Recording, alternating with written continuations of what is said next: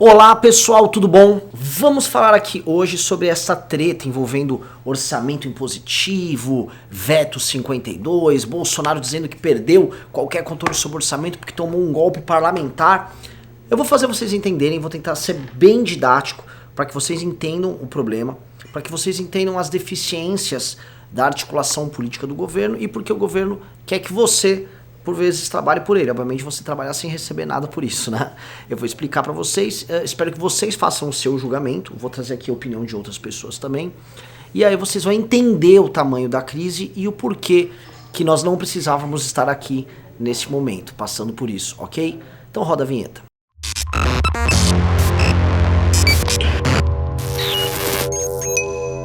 Galera, lembrando antes de continuar, por favor, ajuda a gente, www.mbl.org.br/contribua. Vai lá, se torna um doador recorrente para que a gente possa continuar trazendo informação de qualidade e fazendo ativismo de qualidade. E se gostou do nosso canal, se inscreve, curta e clica no sininho. Vamos lá, pessoal. Antes de mais nada, para ser bem direto e para que você possa assistir o vídeo e não ficar aqui... O que você está falando do MBL? Tá? O MBL é contra deixar 30 bilhões na mão de um relator para que ele possa, de forma discricionária, definir ali como vai direcionar essas verbas, tá?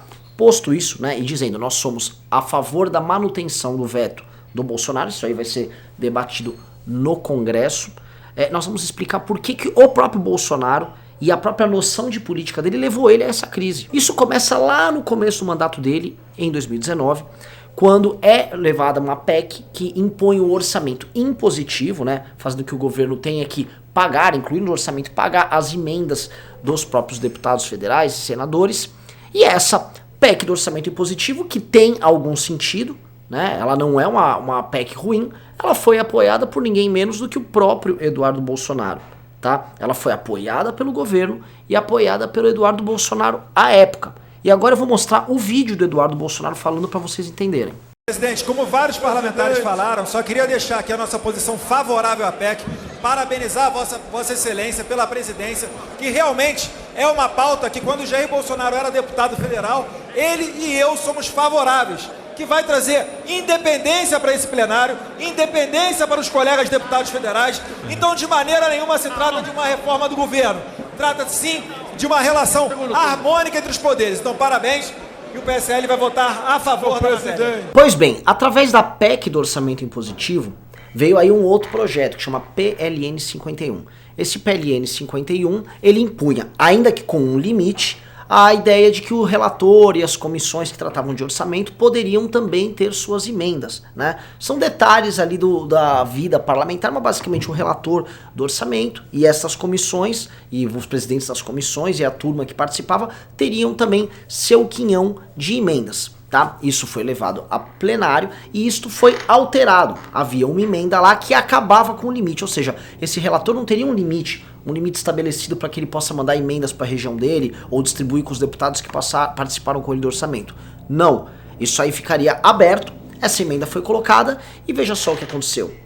A turma do PSL não estava lá. O Eduardo Bolsonaro, né, que gosta de ficar viajando pelo mundo e gritando e convoca aquele bando de minion nas redes sociais, ele gosta de falar, teu cu, fala grosso, ele não estava lá. Ele estava viajando, ele não orientou, ele não fez, não aconteceu.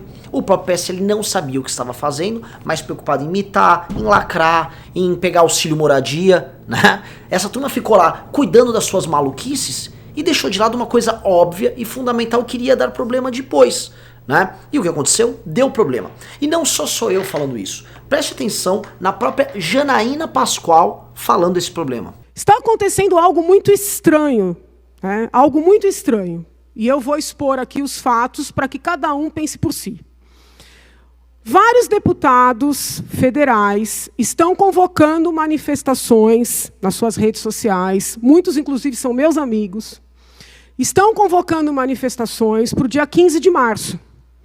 Manifestações para apoiar o presidente da República, eu apoio o governo do presidente Bolsonaro, manifestações que têm como pauta um suposto golpe do Congresso contra o presidente. O argumento utilizado, o argumento central para essas convocações é o de que o Congresso Nacional quer amarrar o presidente com um orçamento impositivo bilionário. Tá? É verdade que houve a aprovação de um orçamento impositivo bilionário que retira poderes do presidente da República? É verdade. É verdade que o presidente da República vetou esses trechos que o limitam sobremaneira? É verdade.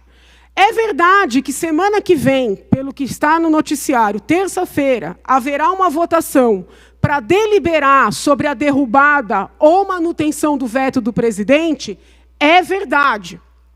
É verdade que é melhor para o país manter o veto, né, respeitando as impositivas do Congresso, mas conferindo alguma liberdade para o chefe do Executivo governar? É verdade. Então, tudo isso é verdade. O que tem de estranho, então, Janaína? O estranho é o seguinte: os deputados que estão convocando esses atos, alegando que está acontecendo um golpe, que estão tramando contra o presidente, eles, num primeiro momento, votaram deliberadamente, nominalmente, sim a esse orçamento impositivo que amarra o presidente. E, num segundo momento, no que piora ainda a situação, permitiram a votação por presunção, essa votação simbólica. Então, alguma coisa está errada. É mais ou menos o que eu estou pondo aqui. Eu sou a favor da reforma da Previdência, faço as minhas objeções, Vossa Excelência é contrário, não é? Eu respeito isso. O que não dá para engolir são parlamentares que têm poder, senhor presidente. Parlamentar tem poder de pedir verificação de votação, de obstruir, no limite de fazer o que eu já fiz aqui várias vezes, sair gritando.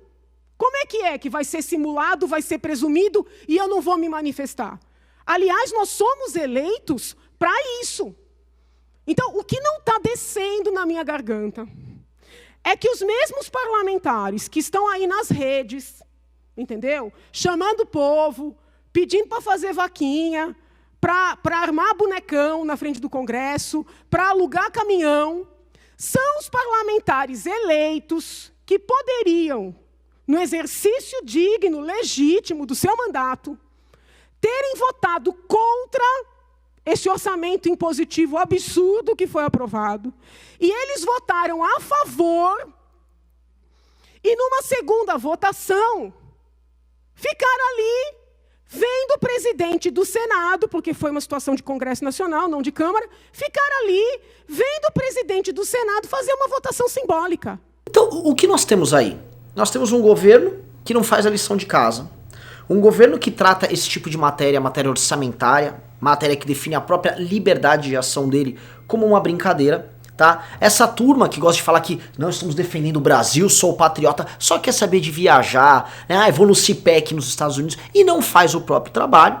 Aí o governo percebe a merda que fez e aí ele, meu Deus, povo, estou sendo atacado, estou achacado, foda-se, né? Preciso de ajuda, senão não há governo. Que putaria é essa, gente? Né? Nós somos a favor do veto ao 52, que todo mundo tá chamando de veto a 52, que fica dentro deste PLN 51, que foi aprovado sem o pessoal do PSL e do próprio bolsonarismo fazer porcaria nenhuma, por uma questão republicana, por defendermos a ideia de que é muita grana na mão do relator 30 bi. Posto isso, colocado isso de lado, o governo te colocou isso. E aí ele joga pra você, cidadão, a responsabilidade de fazer o trabalho dele. Enquanto os deputados dele têm grana, viajam e ficam falando grosso no Twitter como se fossem, né, pessoas muito sérias. O problema do governo e dos deputados é que eles não são sérios. E não sendo sérios e não tratando do assunto sério com a devida seriedade, eles sempre caem nesses problemas. Não é normal e não é aceitável que a gente fique passando esses sustos e esses solavancos e fique mobilizando as pessoas em cima dos próprios erros. E, tá tudo bem, achar que tá normal. Amanhã vai ter uma outra, desculpa o termo, cagada do próprio governo, aí o governo vai pedir ajuda pra você pra resolver a cagada dele? Até quando a infantilidade dos membros do governo, a infantilidade do próprio Jair Bolsonaro, vai ficar levando o Brasil o tempo todo a permanecer em crise? Porque presta atenção, o PIB não cresceu ano passado. A economia, assim, nos últimos dados que foram divulgados pela FGV, cresceu 1,2%. E pode ser que isso seja reajustado ainda para baixo. Para esse ano já estavam falando em 2,4%, por conta do coronavírus, está caindo. E é provável que a gente cresça 1,2%, 1,3%. Isso não vai levar crescimento para as pessoas, não vai botar comida na mesa de ninguém. Mas vai permanecer de novo este clima de guerra o tempo todo. Não vai dar para manter o Brasil assim. E se você tá com medo do PT voltar, é aí que o PT volta, é aí que o Ciro entra. É na fraqueza e na falta de habilidade política. Não estão levando a sério o trabalho político. E aí não adianta reclamar, mas este parlamento é apenas corrupto e o nosso Bolsonaro está lutando com isso. Não. Olha só o que o Bolsonaro falou para Mariana Godoy. Presta atenção. Na época que o Eduardo Cunha era presidente da Câmara. Então, ou mal interpretado? Olha só, eu não sou comprado. Tá? O que um parlamentar tem para negociar em Brasília? É seu voto. Esse Congresso melhorou muito em relação ao do passado. Em especial, graças ao atual presidente, Eduardo Cunha, que aprovou uma proposta de emenda à Constituição que trata do orçamento impositivo. Ou seja, o governo não chantageia mais o executivo para liberar nossas emendas. Não, agora fica refém. Não fica refém. O governo não está refém. O governo tem que respeitar. Nós temos 3 poderes aqui. Inclusive, no meu entender, talvez, com toda certeza, Executivo, Legislativo, Judiciário, são os 3 poderes. Voto comprado não é reflexo ou sinônimo de democracia. Você pode ver, enquanto a Petrobras estava sendo assaltada no governo Dilma Rousseff, tudo o que ela queria era aprovado dentro da Câmara. Enquanto havia o mensalão no governo Lula, tudo era aprovado dentro da Câmara. Agora acabou. Simplesmente, tá certo? Lógico, há o temor também de envolvimento nessas questões de jovens parlamentares, mas eu acredito na maioria dos parlamentares que estão lá, e graças ao episódio do orçamento impositivo. Esse Congresso, o Ulisses Guimarães dizia, né? Quando alguém critica o Congresso, né? Espere o próximo, ia ser pior. O Ulisses Guimarães, nessa, né? Está no fundo do mar, respeitosamente, na Baía de Angra, faleceu, não acharam o corpo dele, mas nessa vez ele perdeu. O Congresso está muito bem. Ou seja, como é que fica? Uma hora é bom o parlamento ter bastante capacidade de controle sobre o orçamento. Agora não é.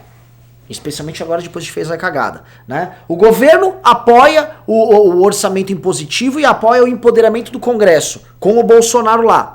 Mas agora que ele fez a besteira, não. O Congresso não tem que ter nada, porque o Congresso está tentando roubar as prerrogativas do Executivo. O que está acontecendo? Até quando o povo vai ser chamado às ruas como se fosse um bombeiro para apagar os erros do próprio governo, né? Não dá. Infantilidade definitivamente não dá. Então esse assim é um recado, eu peço para que vocês assistam o vídeo. A gente fez também no nosso Instagram um resumo dessa história, escrito, pausadinho, bem fácil para todo mundo compreender. O que a gente pede novamente é raciocínio e frieza, tá? Tem muita gente querendo te manipular e querendo te manter hiper engajado para fins políticos e eleitorais. E esse não é o caso, tá? Se a gente quer resolver o caso aqui, olhar, isso é pressionar os deputados pelo veto e não cair na esparrela de se tornar de uma maneira ou de outra, vamos dizer assim, uma bucha de canhão de um governo e de deputados, em especial o filho do presidente, que só erram. Inscreva-se no nosso canal, youtube.com/mblivre. Precisamos da sua ajuda. Acesse mbl.org.br/contribua.